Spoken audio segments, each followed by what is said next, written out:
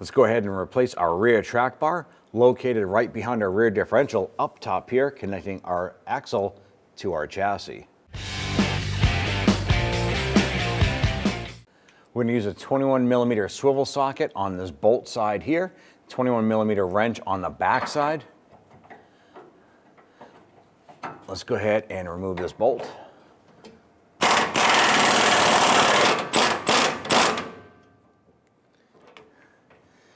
With that back nut loose, we're going to go ahead and spin that off.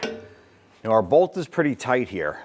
What we're going to do is we're going to put a jack underneath our differential. We're going to raise up our suspension a little bit to take some tension off of this here.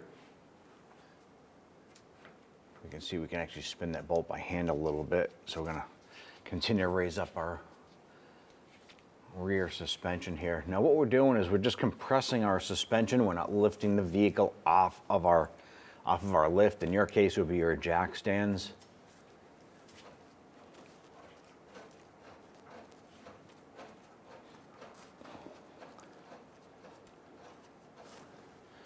Raise this up a little bit more.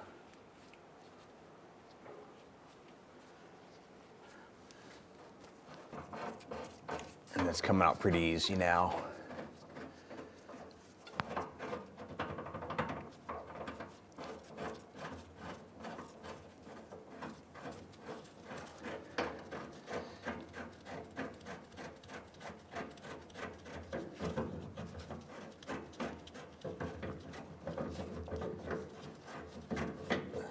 Hold on to that track bar, slowly lower that down.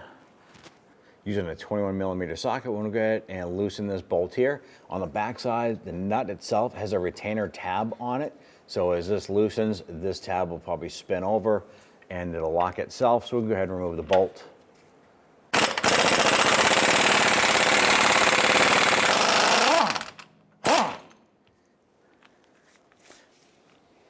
This point here, the nut with the retainer tab should be off and loose. That's that unit right here. While holding the track bar, go ahead and pull your bolt out, and you can remove the track bar. Now we're going to take our new track bar, slide that in here. We have our bolt here. We put some anti-seize compound on the threads. Go ahead and work that in to the other side. We're going to take our nut with the retaining tab, set that on the other side here, and let's go ahead and get that bolt started, a few threads.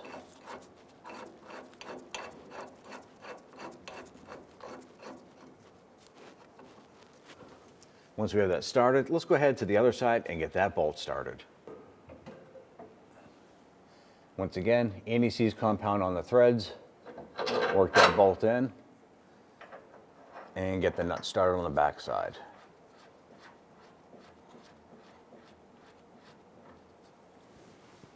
Let's go ahead and snug this down.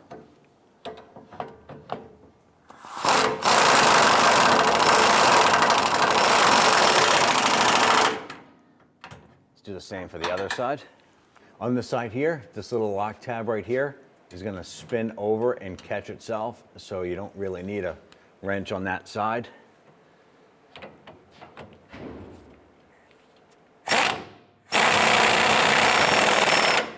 Snug that down. Now at this point here, we have two things we want to pay attention to. Number one, the vehicle can be still up on the jack, but you want to make sure that your suspension is fully compressed.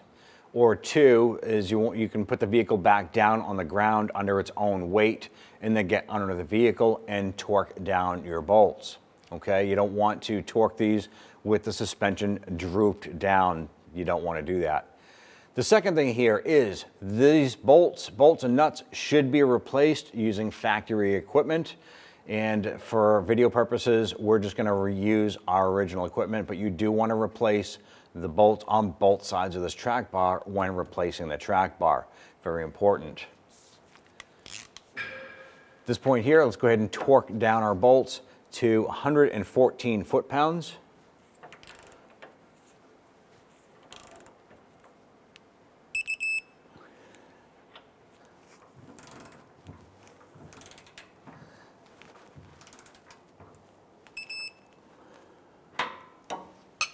Now, if your vehicle is still supported off the differential here with your jack, you can now go ahead and lower that. If you torque those bolts with the vehicle on the ground, your job is now completed. We're going to go ahead and remove our jack, remove your jack stands, you put the vehicle on the ground, and your job is completed.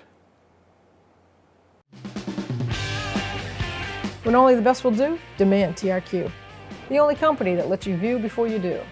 TRQ is committed to offering the highest quality aftermarket auto parts that are engineered for peace of mind. Thanks for using and viewing with TRQ.